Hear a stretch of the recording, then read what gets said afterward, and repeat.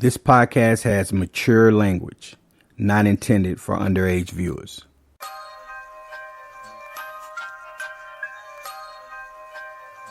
Street cred sports. Street cred sports. I'm crossing over. I'm Euro stepping. Where's my opponent? I think I left him. I'm in the lane. I see the rim. I'm finger rolling. To help the finish stepping up, I'm dunking on him. You know how it goes when you jump shots water. Got coaches switching up, they scheme, somebody gotta guard them. I'm putting pressure on the D to send the double team. Then no looking to the corner, throwing up the threes. Because I know it's money, we prepared for it. King of the court, like I was bred for it. Street cred sports, got me feeling godly. Tightening up my hands, working on my body. Got my mind right, time to put it to the test. I'm going hard in the paint and doing nothing less. The game plans, give it to me, and I'll do the rest. Coach better tell the other team, go get it from the net. Go get it from the net. Street cred sports, say it with your chest. Go get it from the net. Street cred sports, okay, that's a bet.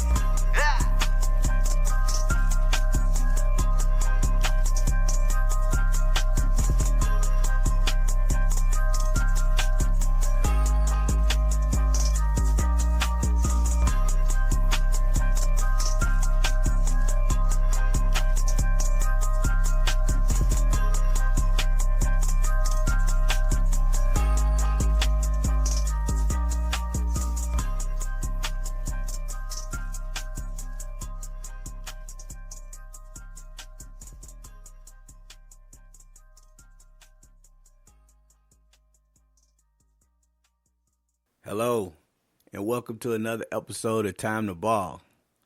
It's your boy K. This is episode 57. Chugging along as we do, like a slow and steady train.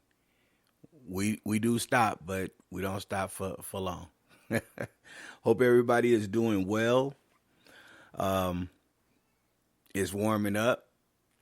I can't complain about that. I mean, I know it got really hot last year, but for me, I'd rather deal with the heat than the cold. That's just me. But, you know, you've heard me say it on plenty of episodes about the weather. Some of y'all probably like, man, why don't you go ahead and go to meteorology? Ooh. I'm a little tongue-tied this morning. I can't even talk. I sound like Chuck, TNT trying to pronounce them names. Meteorological school. My tongue got caught in the back when I was trying to say logical. So, yeah, I might need to go. Y'all, that's what y'all probably telling me to go to that school so I could do the weather. Like, man, come on, stop talking about that. Talk about sports and stuff. So, without further ado, let me get into some sports. All right, so let me start with what I feel is a solution to keeping people safe at team celebrations. If you haven't heard, during the Kansas City Chiefs parade, there was a shooting that killed one and injured 22, I think was the last count that I remember seeing at the parade. Now, I believe this was at the end of the parade. They haven't released a lot of details. Apparently, it was some altercation where, people were getting, people got into it and people don't know how to fight these days, so the first thing they do is they pull out their guns. So, and then unfortunately with these instances, these idiots, like, y'all got these guns, man. Why don't y'all practice shooting? That way y'all hit y'all targets, because y'all are worse than the stormtroopers on Star Wars. I'm sorry, I love Star Wars, but I see all the memes about how they're stormtroopers and they practice all the time, but they can never hit their targets.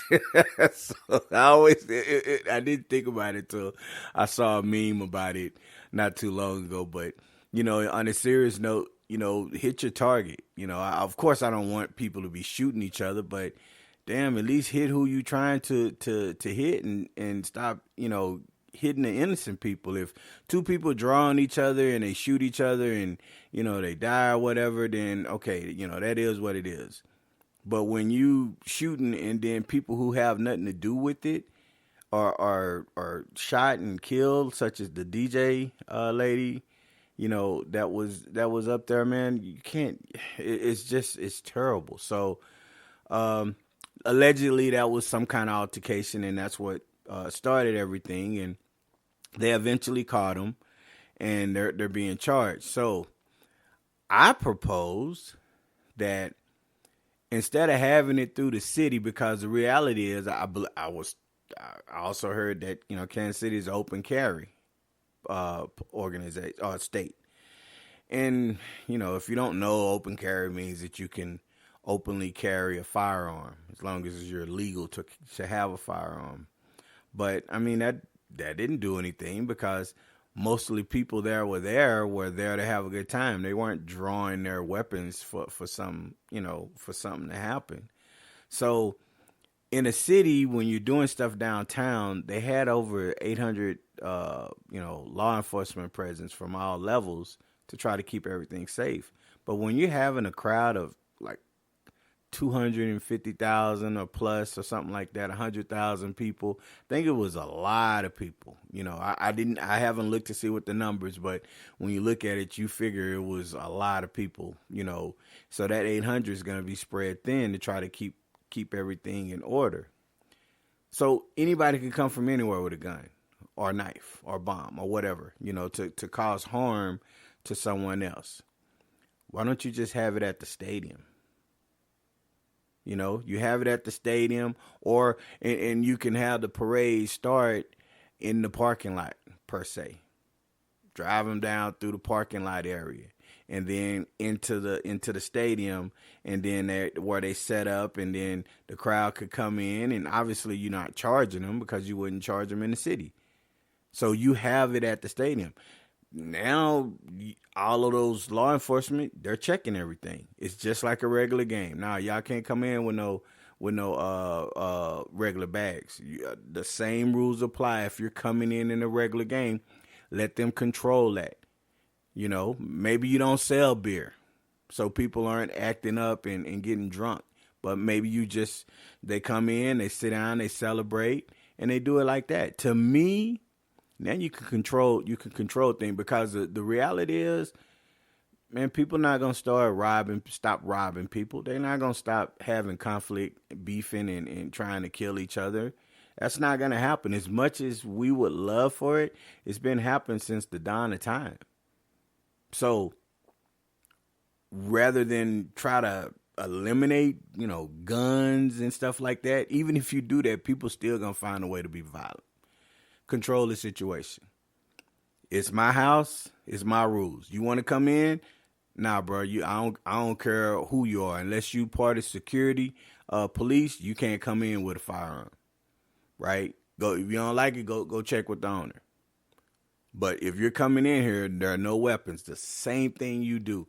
Now, you do that, it's going to be a safer environment. And what you do is you don't allow people to congregate outside the stadium to celebrate, like if you're putting it on the video boards and stuff, unless when they're driving through, or you have metal detectors at the exits where everybody are driving to get into the parking lots. So they can't come in unless they've been screened. Now, if they're screened just like inside, then fine. But if not, if the stadium holds 60, 70,000 people, plus on the field you set it up like that, then, it is what it is. You only get who you need to get in, and we apologize for those outside. But, we're going to control the situation. I think if you do that more, all organizations on NHL, NBA, MLB, all of that stuff, you're going to have it. Look, you're going to have some type of altercation. You're going to. People are they're idiotic these days. Everybody think they're tough. Everybody wants to prove how prideful they are, that they're not, they're not scared, and things set them off. I mean, you're crowded in there with all these people. Of course, there's going to be bumping and stuff. People don't know how to not look at somebody's girl. And then the people who had a girl, instead of just realizing that, hey, you know what? I have a beautiful, beautiful girl, they're admiring them. As long as they're not being disrespectful, okay, if you want to sit over there and look and smooch your lips, like, yeah, this is mine. So you can look all you want, but that's just going off into a tangent. So I'll leave all that alone as to what people get into it with. But we need to do better. We need to do better, and I think we can control it that way. I think if we do it that way, you're not gonna have incidents inside the stuff. I mean, ask yourself, when is the last time there was a shooting or even a stabbing in a arena during an event? I mean, has it happened? I would think not. I can check, but I don't think that's ever happened, and it's because you've vetted and you've screened everybody that comes in. So I would feel safer going in there, and I would feel safer taking my family. And now it's been ruined for some people that'll probably never go back because of all of that.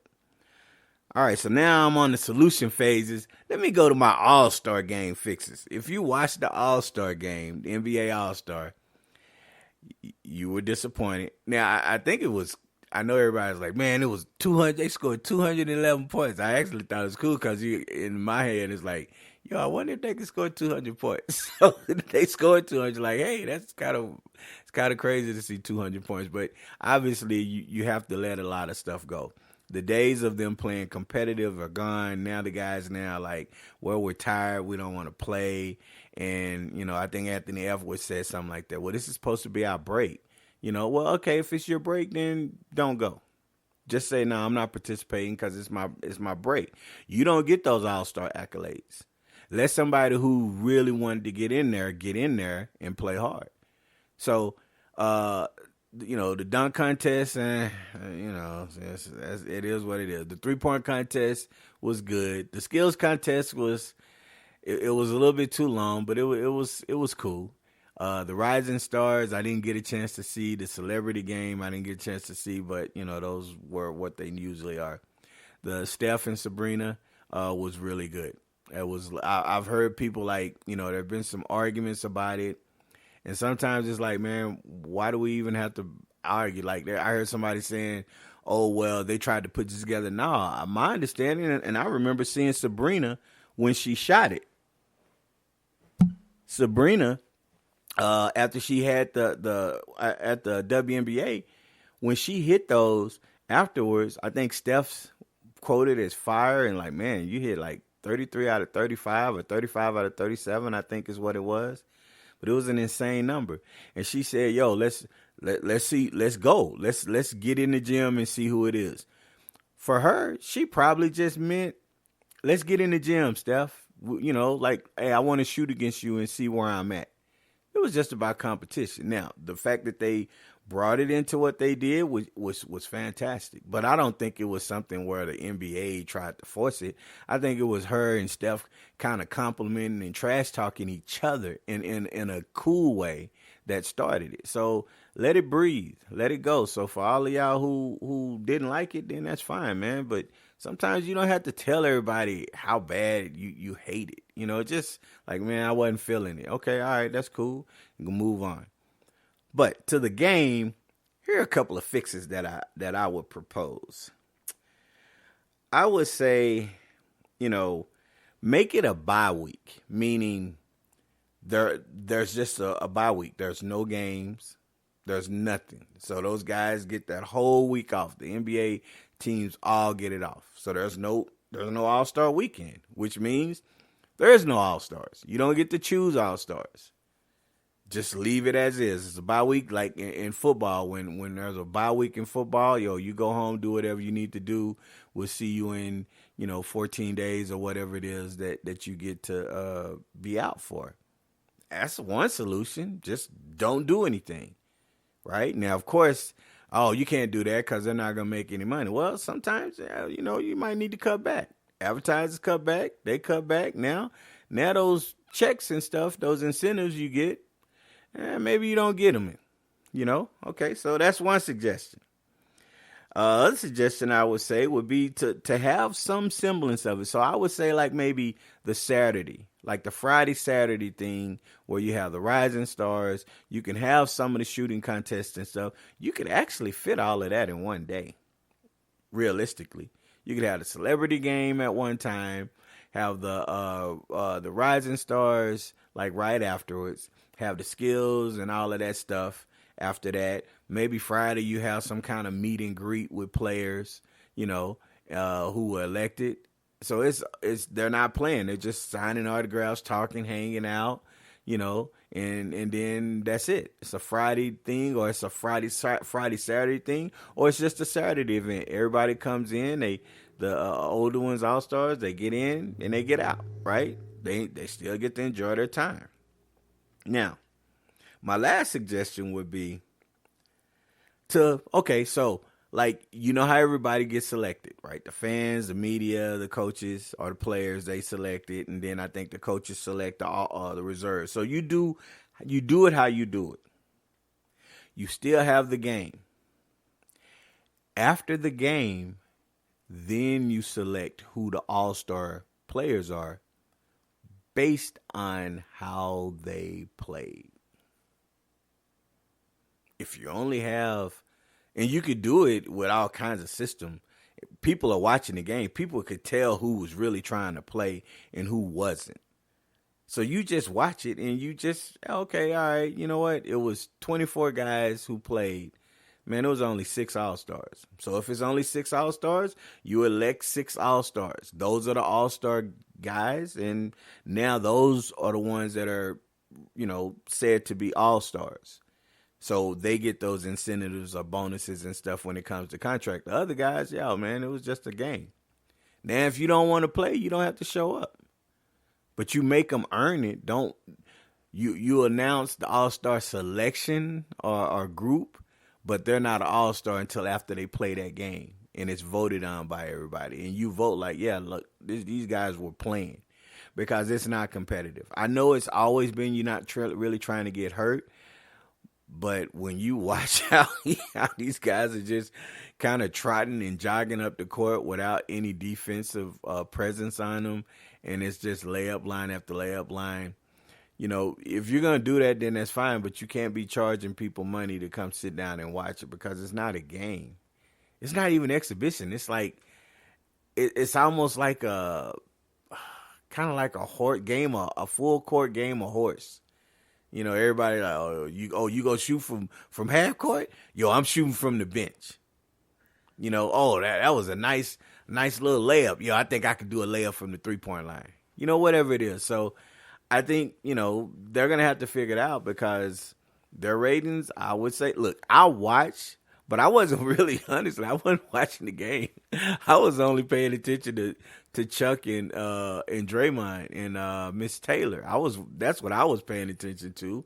Or if I'm tuning in on the other one, I'm listening to Kenny. I'm listening to the announcers because I want to pay attention to them. So for the past few years, honestly, I'm not even watching the game. The game might be on, but I'm doing other stuff. But I'm listening because when they do I have more fun listening to the pregame shenanigans with Shaq and Kenny and Chuck and them and Ernie and how they doing, and I'm cracking up with them. So I could listen to that. I tune in for that for an hour or two, let's just have them talking trash and messing with each other. Although Chuck is getting to where he repeats himself way too much. So, but yeah, that would be my solution for All-Star Fix.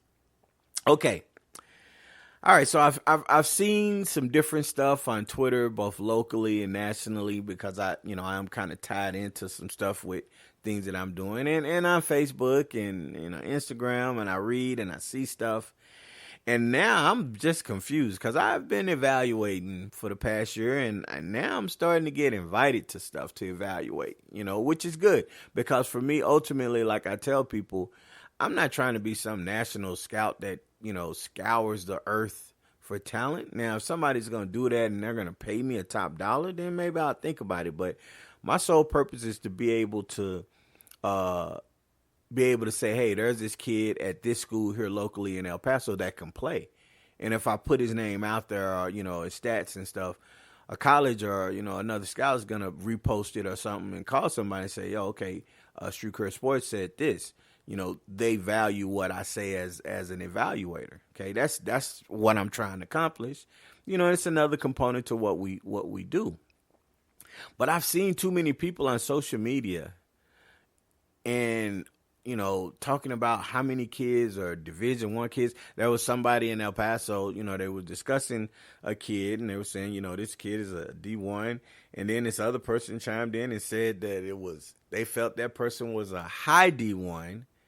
And there was like 5 to 10 kids here, that Division I. And I get it a lot. I get a lot of, like, I remember one year we did a showcase and some kid called and he asked, are there going to be Division I colleges there? Well, obviously, I mean, you can't fault the kid. He doesn't know the rules, but this wasn't a live period for Division I coaches. So all the coaches, college coaches that were going to be there were either small schools like, NAIAs, a lot of JUCOs, maybe a D3, they might be able to at that time. But for the most part, this was going to be, we scout, we write up, we send the information to those schools.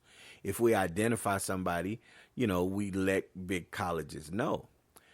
So the kid was kind of like when I especially know the D1s can't be there. Like, oh, okay. So then they don't show up. And then I got to thinking, like, and I'm not going to say the kid's name, but the kid didn't go D1 initially. Kid ended up going, I think, JUCO. Did okay in JUCO and then ended up, going to a Division I college. Now, the kid was tall, which helped, and athletic, right? So now what I'm thinking is when I do showcases, if somebody calls and say, well, what Division I college is going to be there? My response is going to be, are you a Division I talent? Do you have any Division I schools that have contacted you? Let me text me your name, the school, your height, and information in those schools, so I can contact them and let them know that you will be here if they are interested in you. Don't be coming to me with all this. Like, it's crazy how people think that there's a lot of D1 talent here locally. There's a lot of college talent. That's what I tell people. Man, there's a lot of kids here that can play college. You have to find the fit, but it's mostly on the lower levels. I don't think people understand that what talent you have to be. I'll take the most recent kids, KJ Lewis, that's at Arizona, Tristan Newton's at UConn. Those kids were special. They had the height, athleticism, and skill set. If you are not properly height as far as what high majors consider, you have to be a special talent. And then on top of that, there are some small cities around the country that college coaches and places don't really respect because they don't feel like the talent level of talent they play in is good. I mean, within a 1 week span, 90% of the El Paso teams on the boys and girls sides were eliminated. Now, first, obviously, area that we played each other, but in the 6As, most of them were wiped out. There are no more girls, as far as I can remember. There are no more girls in the El Paso region. Maybe a 3A or something. I think one of the TABC teams is still alive. I believe one of those teams won the state. Those are smaller. I hate to say it, but nobody's really, unfortunately, they're not really counting those teams, right? But I count them, so they're doing well. But the talent level is not where it should be. Now, I always say, and this is just my opinion, that if you are a D1 talent, you really shouldn't lose until you play a team that has equal D1 or more talent. If you're a D1 talent and you're losing to teams that don't have D1 talent, that's and this is just my opinion, and there are going to be some people that disagree. Oh, you got to consider the system and what the coach is doing. Yeah, I get all of that, but it's a playoffs, man. I'm getting buckets. Yo, okay, we're going to do this, but I'm not letting my team lose. The Chavez girl at Lubbock Monterey, they were number 6 in the nation. I mean, in the state. They played They played the number 3 Amarillo. They lost by like 6 or 7. She put up 50. Right now, she's gonna get her shots and buckets as it is, but that's not saying that you got to score 50, but you got to make your presence known. It's kind of what I would say if you're going to be considered serious as a Division I talent. That's my opinion. It's nothing written in stone, and I'm sure there are people like, oh no, you're wrong on that, and I could be. I'm okay with saying, you know what, I'm wrong on that. I think like I said, I think there's a lot of college talent in here, but to say high major Division I wonder if some people understand what a high major is. High major is like your Dukes, your Carolinas, your Michigans, Kentuckys, UConns, those. Mid majors are like UTEPs, NMSUs, New Mexico's, the Conference USA teams. Those are mid-major teams. Low D1s are like your smaller. What is it like? It's a couple of smaller schools. NC Chattanooga. I'm trying to think off the top of my head because I wasn't trying to list all these schools, but I don't think people understand what you have to be considered a Division I athlete, and it's certainly not playing against local talent. And not dominating. So if you're dominating, if you're a Division I kid and you're dominant here, you should be dominant. And unless there are other factors like there's the kid at Chapin, he's 6'10", man. He's good though. I mean, he might not be averaging like 30 or 40, which is kind of what you want to see.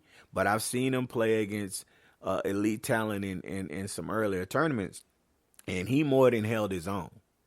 So he's getting looks. He's getting offers right now. Mid-majors currently, I think he might have one Power 5 conference interest or offer. But so, yeah, he's but you can't teach height. And he's like 6'9", 6'10". So, but for the most part, I think you have to be dominant and hope that you can be seen. But, yeah, I really think I really think people are so passionate about wanting to prove that the kids here can play. Yes, we have college talent here. We have college level talent here. I hear it all the time. But I'm not fielding calls from bigger schools on 98% of the kids. There's maybe 1 or 2 kids coming up that they're probably going to get some serious Division I interest off the top of my head. Now, do I know every single kid in the city that can play? Absolutely not. So there are just a couple that I can think of right now that if a college was to call me, I say, you know what, you need to take a look at these 2 kids. One of them's already got offers, but the rest, I need to see. Well, I'll tell you what a college coach told me. Well, they're great here, but I need to see them against talent outside.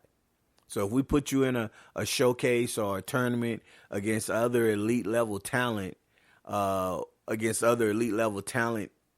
that come here, because there was some, and some of these kids that are being praised, although they're college level talent, when they played against some of these other elite level teams coming in the city to play them, they didn't really hold their own. They didn't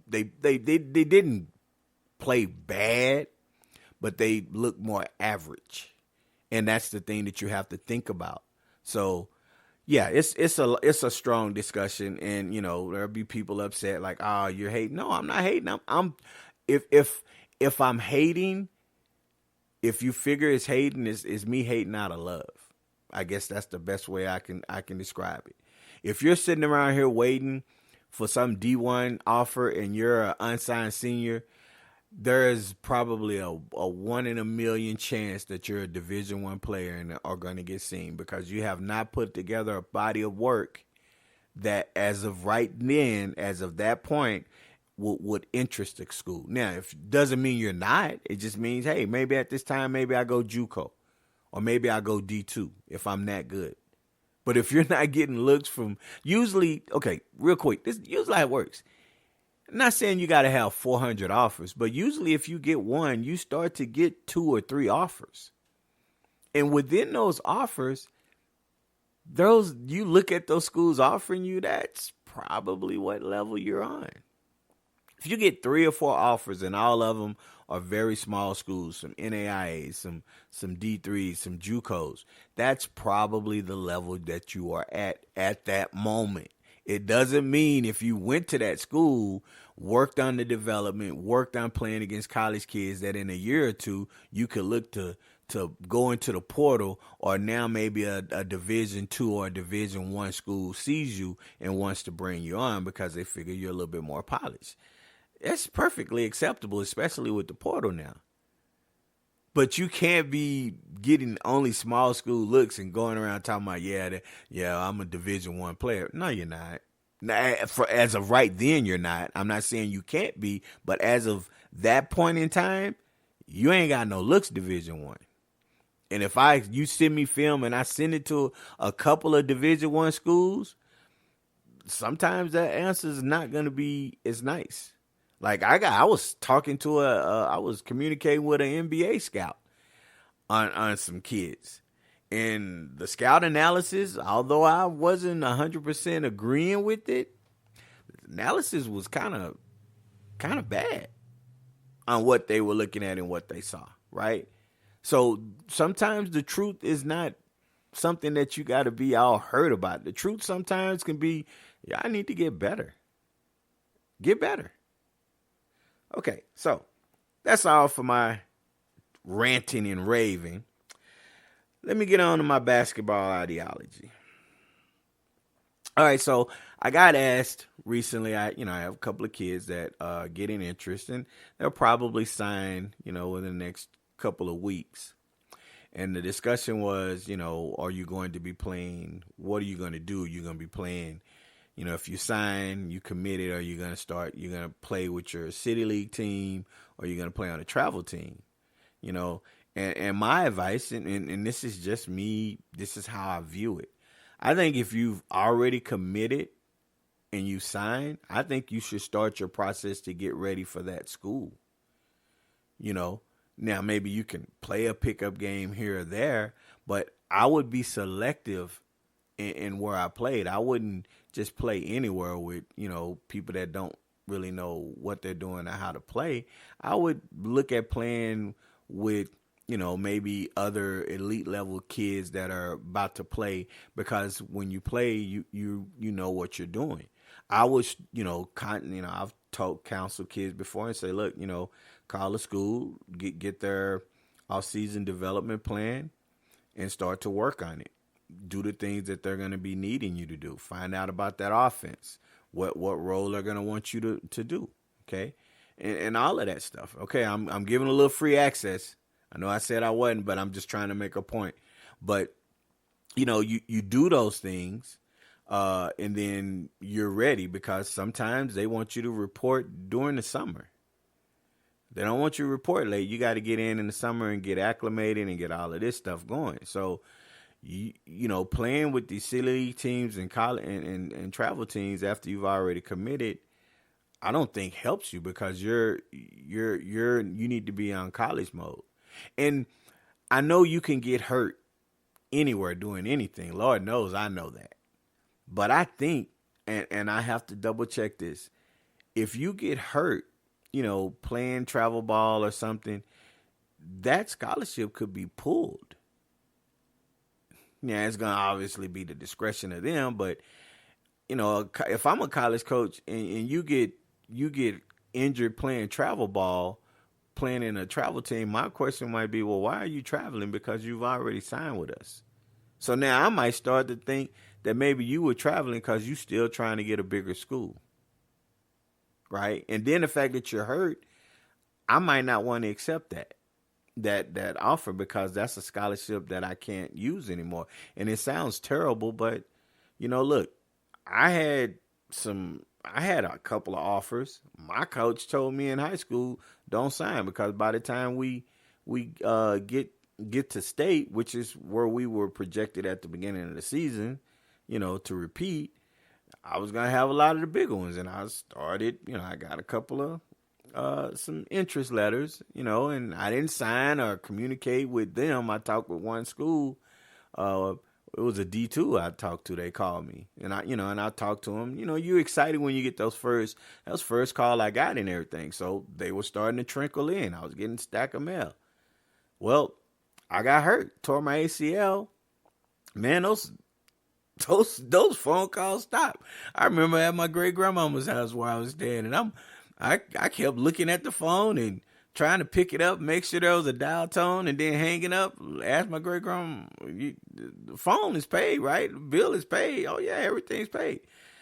All of that interest and stuff, it left very quickly after the word spread that I had an ACL tear. Right now, mine was in a tournament for my high school. Right, they didn't think I could recover and all of that. So imagine if you're doing something, it could happen anywhere, but you lessen your chances by not putting yourself in certain situations. So that's just my opinion. I mean, like I said, I'm sure there are going to be some people disagree because I've had that discussion, and some people are like, nah, man, you should play. Yeah, I really think you should find a way to keep your game speed and stuff. But if it's me, if I've signed, me now, if it's me with this knowledge now, I wouldn't play anywhere. I would start my process. Me back then, oh no, I'm playing everywhere. That's just because I was competitive. But you have to have people around you to possibly try to help you out with that. Okay, next, I want to discuss really quick. I think there needs to be a change in how El Paso refs ref the games. Now, this isn't me slamming referees here in El Paso. Although some, they should be body slammed. I've seen some games I'm like, man, let me just run in the stands and on the floor, pick that referee up and body slam him from that terrible call. I'm joking. No, I'm not. No, I'm joking. I'm just playing. I would never want any physical harm, like that. That's not what I'm about when it comes to that. Okay, so where am I going with this?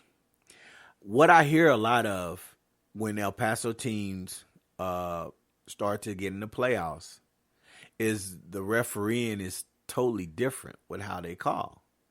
A lot of times the refereeing is a lot more physical. They allow a lot more in certain ways. And the way games are reffed here in El Paso, from my understanding, from what I've been told, and this is not just from parents, this is from parents, players, and high school coaches. And this has been over a span of maybe 5 to 8 years that I've kind of been hearing this. They ref differently in the playoffs.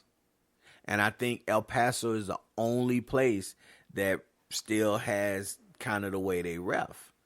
The rest of the state refs the same. I think there needs to be a conscious effort to start to ref consistently with the way it's going to be refed in playoffs. If you start reffing like that now, you can kind of change the way kids play. Look, players are going to adjust. You got good players with good IQs. We adjust. We understand what we can and can't be. Now, you got to be consistent.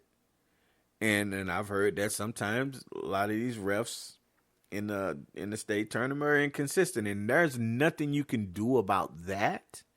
But what you can do is you can start to process an understanding like, look, when you play against this team in this area, these referees usually ref here like this. These referees are from this part of the state. That's how they ref. But from the most part, I've heard that most of them allow a lot more physical play because I hear parents and like, man, they letting them get away with everything. And it's like, No, they're letting them play a little bit more. They're letting them be a little bit more physical.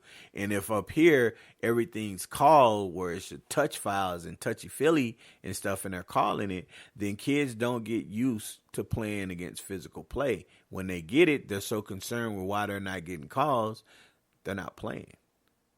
So I think, as a state, the state needs to be on the same page with how they call.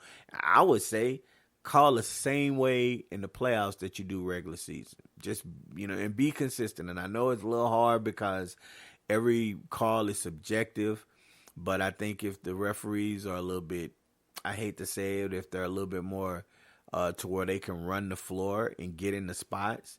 If you call a call and you were there and it was in your field of vision, even if you might have been wrong, you have to respect that a little bit more and just know that, hey, referees are going to make mistakes.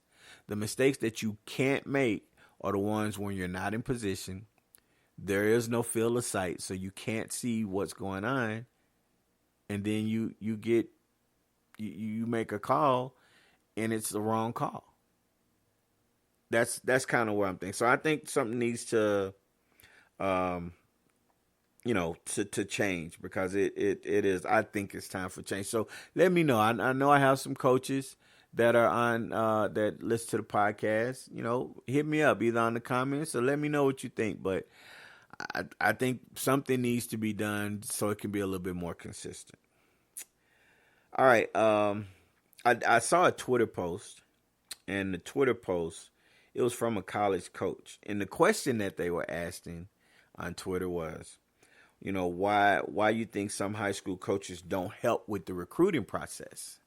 And you had a whole bunch of people chiming in, and I thought it was interesting because a lot of the stuff that I said some time ago was exactly the points that they were making. But the thing that I disagreed with on that Twitter with the comments was, it was basically assumed that high school coaches don't know what they're doing.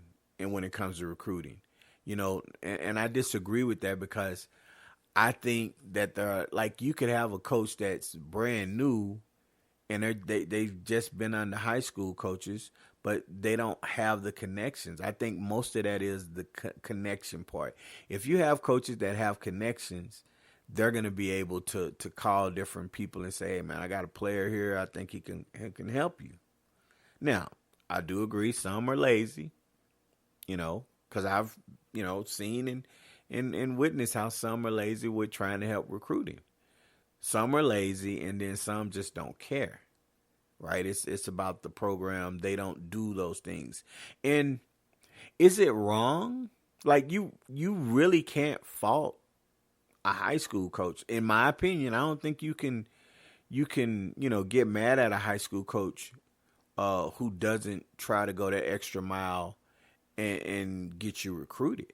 I mean, ultimately, you as a player and a parent, you have to try to put steps in place. Now, I've always said, and what I kind of what I spoke on this subject back then was, you need to do your homework on that school.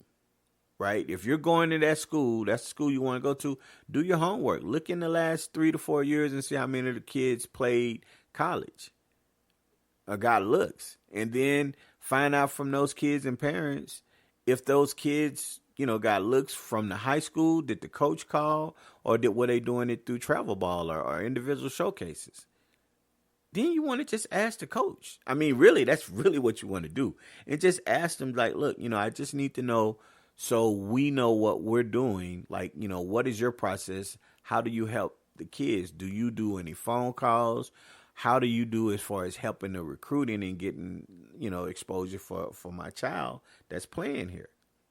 And some coaches will tell you, well, I don't do that. That's not in my wheelhouse.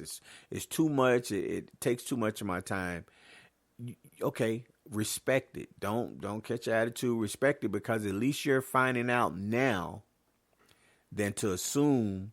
And then your senior year, the kids been playing varsity for 4 years and been doing well, and you haven't seen any type of exposure with nobody contacting you.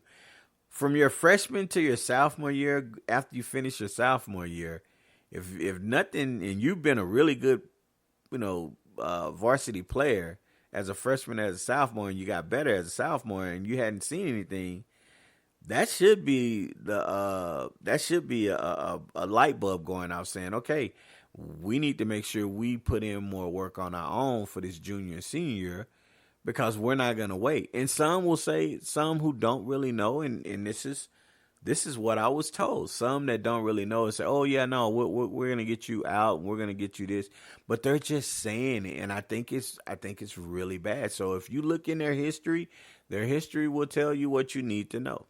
And sometimes some coaches are honest. Some will kind of bullshit you, and just kind of throw that mouthpiece on you and just try to pacify you. But if what they're telling you ain't matching what you found out in their history, then you know what you need to do. So I thought it was fascinating with all the different reasons that they were why high school coaches don't help. I think the biggest is you got some that they might not have the talent and they don't have the connections.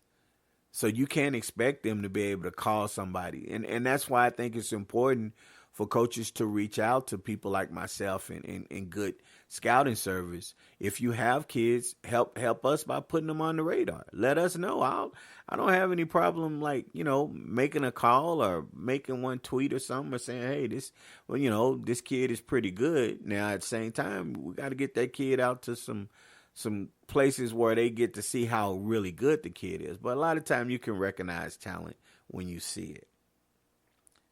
Okay. Next is I see a lot of video, with people that are, training and stuff, and I've seen some where it's kind of like confusing because they're trying to change some people's jump shots. I actually had a kid that I fixed their jump shot, and they were like, yeah, my shot feels so much more comfortable. And it was a couple of tweaks. Well, they get in on a team, and the freshman coach is like, no, I need you to shoot like this. And so now the kid is all, in his head about shooting, and he started having a terrible stretch. And I had to finally tell the kid, don't listen to him. Just keep shooting how you feel most comfortable, and you'll be fine. And then his shooting percentages and stuff went up. He finished the rest of the season. And I said, when he says something, don't ignore him. Don't disrespect him, but just keep playing the way you're playing. And you would think sometimes if you find something that's working, then you just let it go. I often have kids that they don't have the greatest shooting mechanics. And it's a chore to get them to shoot somewhat properly because they've been shooting so bad for so long. So it's about trying to tweak it to get it to where they're going to be able to shoot in a at least a decent fashion, and they feel comfortable with. But I don't put kids in boxes, and that's what I see a lot of. You're trying to force somebody to shoot with a certain mechanic, and then you kind of look at the mechanics that they have when they shoot, and their mechanics are terrible. And it's like, man, how you trying to teach somebody to shoot and you all up in their backyard and your backyard dirty? So I have to often tell people, like, look, I'm never going to put you in a box. I'll try to get you to the kind of traditional, but within that 5 to 30 minutes that I'm working with you, I'm going to see how you shoot. Now, there are certain things that you want to make sure that everybody does foundationally when they shoot. That's just the way it has to be. But you have some people that have I have tons of kids that have weird rotations on their shots, but they shoot a high percentage. If you look at a lot of people, that they get so comfortable with their shot, they figured their shot out. It's got terrible rotation. It's got terrible structure, but it's efficient for them and it works for them. That's all you can ask for. So for those out there, try not to get put in a box, because sometimes what I mean by put in a box is they're forcing you to shoot a way that's not going to work for you. So for instance, if you have if you're double jointed, and I've mentioned this before, if you're double jointed, you're probably not going to have elbow tuck feel comfortable because of the way your arm is. Your arm's going to probably need to stick out a little bit more. And when you come through, your elbow's not going to be pointed towards the rim. It's going to be pointing to the side, and your follow-through's probably going to be pointing to the side. So when you have that, you have to understand that you have to just work with them in a different way. And I've oftentimes had to tell parents, look, we fixed it.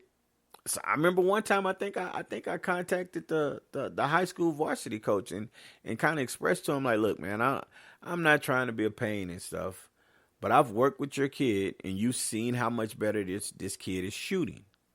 And your coach is trying to force this kid to shoot a certain way that's not going to help the kid. And now the kid's in his head. First of all, if you truly know what you're doing when it comes to trying to fix somebody's shot, if you truly know what you're doing, you would never try to change somebody's shot during the season. That's something that you do after season because it's going to take times. Can you tweak something here and there? Footwork, gather, the speed, the release point. Yeah, those are tweaks that don't alter much. It enhances. But if you're trying to make a kid do one thing that's almost completely opposite of what he's been doing, and you're doing it during the season, then you shouldn't be teaching somebody because you are doing absolutely what you can't. I never try to change somebody's jump shot during the season. I'll try to tweak it, and then I say, look, we're going to get you here just so you can so you can feel comfortable. After season, we can deconstruct everything and construct back everything. Here's the problem with it. Sometimes some kids don't understand how much work has to be, and they don't do the work. But that's for another discussion. So, yeah, stop trying to, teach kids stuff and put them in a box, man. That kind of stuff is really difficult to do. All right, last thing is I often, I'm teaching. Look, I'm not this guy that just pulls up videos and I'm just teaching all these fancy dancy moves and stuff like that. I can teach you whatever you want, but I often try to teach the game because the game is what you're going to play and what you need to know within a vacuum to be able to handle certain things and do certain things at certain times. But one thing I've noticed is I don't think kids understand the force and the speed that you need when you're coming off a screen for a catch and shoot. I see kids, when I'm working with kids, and I don't go fast first because I'm trying to make sure they understand. You gotta go this way, almost shoulder to shoulder. You don't leave the defender any room to cut through. You don't go out wide because you leave the defender room to come this way. You got to have your footwork like this, pretty much inside leg, whether it's a hop or 1-2. You have to have your hands ready. You have to be ready to catch and shoot because you don't know if the off defender of your teammate that's at the screen, if they're in a drop coverage or if they're trying to come up and challenge a shot. So there's a lot of stuff you're doing, but you have to come off with force. You have to come off with purpose, with a great speed to come off to catch and shoot if you're trying to get that shot off.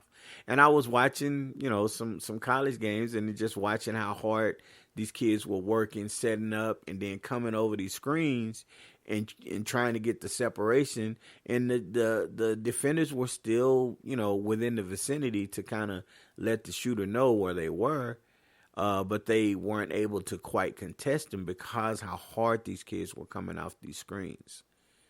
I don't think people know that. Now, when I do some drills, I have kids go a lot faster and harder, and I get on them about, no, that's too slow. You're not getting that shot off. And once they start to understand the speed and how hard they got to go, some of them are tired.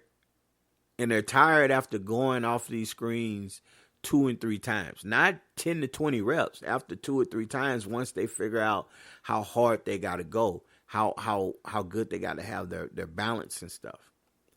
So it was just something that you got to appreciate when I was watching the game. It's like, I don't think people really know how hard you got to come off these screens with the speed and the athleticism. And yeah, because it takes athleticism, getting your footwork right and stuff, and the balance and hands ready and everything, coordination. And it's got to be that, and you got to be doing it at a high clip, high clip. So if you've never worked on it, then I suggest you start working on coming off really hard. Once you master the footwork and stuff, you don't want to come off of it hard just to be coming off of it hard and you don't know how to catch off that screen, right? But once you learn and you build up to the footwork, you got everything great. Yeah, now we need to come off these screens fast and hard, because if you don't, you're going to start to be challenged more than what you need to be, and you're probably not going to get those shots off. So that's all for this episode. Man, it felt like it went really quick. I know I was running my mouth. I know some of y'all are like, man, I'm just wake me up when you start talking about something that's relevant. Hey, look, if y'all don't like to hear what I say with everything, we have it where you can look to see, what I'm talking about, and oh, hey, this interests me, and you can just push that and go straight to that. I'm not one to make somebody stay if they don't want to stay. If you don't want to stay, you can leave. That's kind of the way I look at life. I don't mean it in a rude way, but I'm good. I'm good. I'm only doing this to hear myself talk. All I do is I record these podcasts, and then all I do is listen to myself talk every day, all day in day. I don't even know what's going on in the world. I just know what I'm talking about. No, really, to be honest, I have to go back, because I think I've listened to 1 or 2 of my podcasts just to confirm something. I never listen to my own podcasts. I never listen to them. I don't know why, but I'm more interested in learning and listening to other stuff, but if somebody asked me, hey, like I know when I brought my mom up here once, we listened to some of my podcasts, and it was kind of weird because during that time it was a lot more, bad language. And I was cringing every time I said something bad, and I could just feel my mama looking at me from in the back seat, ready to smack me in the back of the head. Boy, what you doing talking like that? Well, Mama, I learned it from you. No, I'm just playing. Just playing. Hey, don't y'all tell my mama I said that, man. I don't want to be taken off the air from not the FCC, but the MCC, the Mama Communication Network. What is it? Federal Communication something. It's the Mama Communications. So she'll take me off the airways. But hey, look, I hope everybody's enjoying, this time of the year. It's already about to be March. 2 down and 10 more months to go before we're looking at 2025. So again, I got another 100 years till I get to my 1, 2, 3, 1, 2, 3. All right. I'm not gonna say it anymore, because I'm like, somebody gonna be like, man, if he fucking say 1, 2, 3, 1, 2, 3 again, I'm never listening to that podcast. Oh shit, I just said it again. No, I'm just playing. So hey, y'all have a good one. And always remember, try to love yourselves, try to love each other, try to help each other. Let's try not to be so damn divisive and hurting each other when it comes to stuff. Let's try to help each other out, and do great things together. But when it comes to the end of this show, I'm gonna end it like I always do. If it was easy, everyone would be doing it. I'm out.